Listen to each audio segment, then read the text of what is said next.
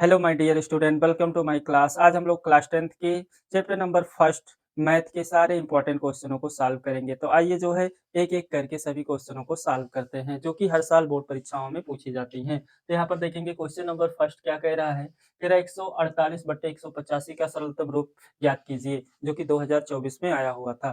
तो आइए इसको समझते हैं कि किसी भी संख्या की सरलतम रूप हम लोग किस प्रकार से निकालते हैं। अगर किसी भी जो है भिन्न संख्या की अगर हमें सरलतम रूप प्राप्त करना है, तो सबसे पहले हमें वे बड़ी से बड़ी नंबर को ज्ञात करना होगा, जिससे ये दोनों अंक जो है आसानी से कट सके। तो आइए जो है 148 और 185 को के सरलतम रूप को ज्ञात करते हैं। तो यहाँ पर 148 आपको दे रखा है, इसको सबसे पहले यहाँ पर इस तरह से उतार लेंगे। उसके बाद में इसके बटे में जो है 185 है, इसको लिख देंगे। उसके बाद बराबर लगाएँगे और 148 और 185 का सबसे पहले हाईएस्ट कॉमन फैक्टर यानी कि इसका जो है एचसीएफ ज्ञात कर लेंगे। तो एचसीएफ इसका ज्ञात करते हैं, देखते हैं कि एचसीएफ इसका क्या आ रहा है।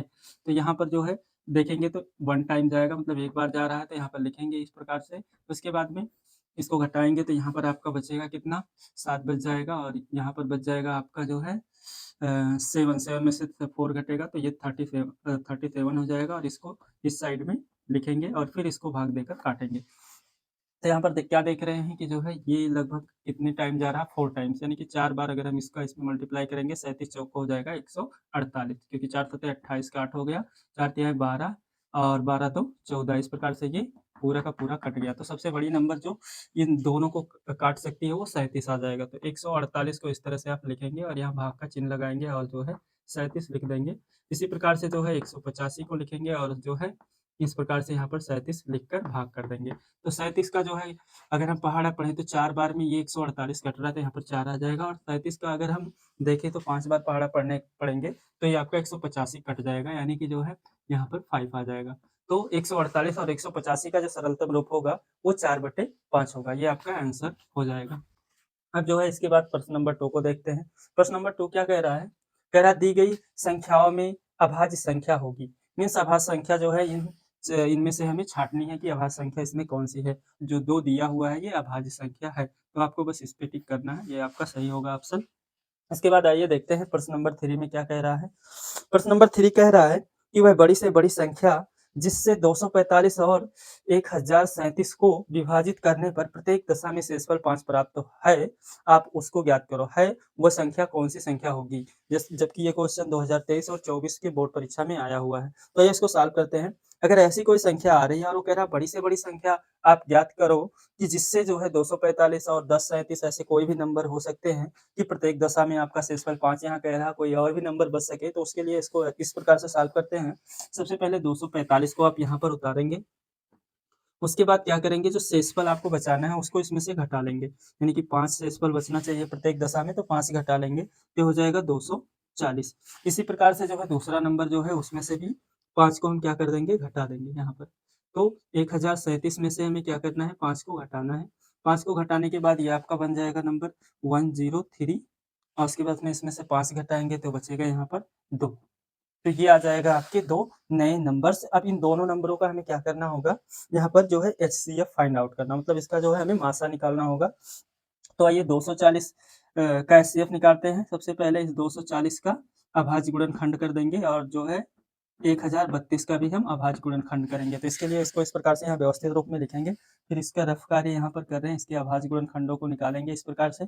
2 से सबसे पहले काटेंगे तो 2 एकम 2 और 2 दूना 4 हो जाएगा और 0 उतार देंगे। इस प्रकार से इसका जो है फैक्टर कर देंगे, 2 छक 12, उसके बाद में 2 तियाँ 6, उसके बाद में आप इसको काटोगे तो 2 से 15 बार जाएगा। उसके बाद में 15 3 से कटेगा, 3 पचे 15, फिर 5 को हम किससे काट देंगे, 1 से। तो इस प्रकार से यहाँ पर देख रहे हैं 2, 1, 2, 3, 4, 4 बार 2 आया है, तो यहाँ पर 2 की घात 4 लिखेंगे और गुणे में 3 और 5 को इस प्रकार से उतार देंगे। इसी प्रकार से जो है 1032 को भी आपको काटना है, तो यहाँ पर 1032 को इस प्रकार से लिखेंगे। उसके बाद इसको भी काटना शुरू करेंगे। तो पहले 2 से काटिए इसको, 2 पच्चे 10 हो जाएगा। इसी प्रकार से 3 को काटेंगे तो 2 एकम 2 हो जाएगा और यहाँ आपका बचेगा 1, तो 2 छक 12 हो जाएगा। फिर इसको काटिए आप, 2 दूना 4 हो जाएगा। उसके बाद में यहाँ पर 1 बच रहा है तो 2 पचे 10 हो जाएगा और 1 यहाँ बच रहा है, तो हो जाएगा 2 अट्ठे 16। फिर 2 से काट देंगे इसको, 2 एकम 2, 2 दूना 4, यहाँ 1 बच रहा है तो ये हो जाएगा आपका जो है 2 2 नवा 18, यानी कि यहाँ पर आपका हो जाएगा जो है अब ये जो है 12 29 आ रहा है, 20 ये किस नंबर से कटेगा? 2 से तो नहीं कटेगा, इसके नेक्स्ट जो है नंबर से काटेंगे तो ये देख रहे हैं कि 3 से कट रहा है कि नहीं, तो कट रहा है। तो 3 चौक 12, 3 त्रिका 9। अब 43 किससे कटेगा? 43 ये ऐसी संख्या है जो 43 से ही ओनली कटेगा। 43 किसी की पहाड़े में नहीं आता है, तो 43 से करने में 43 कर देंगे। तो यहाँ पर क्या देख रहे हैं, हमें 2 कितने बार मिल रहे हैं? तो 2 यहाँ पर हमें जो है 3 बार मिल रहा है, यानी कि 2 की घात 3 हो जाएगा, उसके बाद गुणे में आ जाएगा आपका 3 और उसके बाद गुणे में आ जाएगा 43।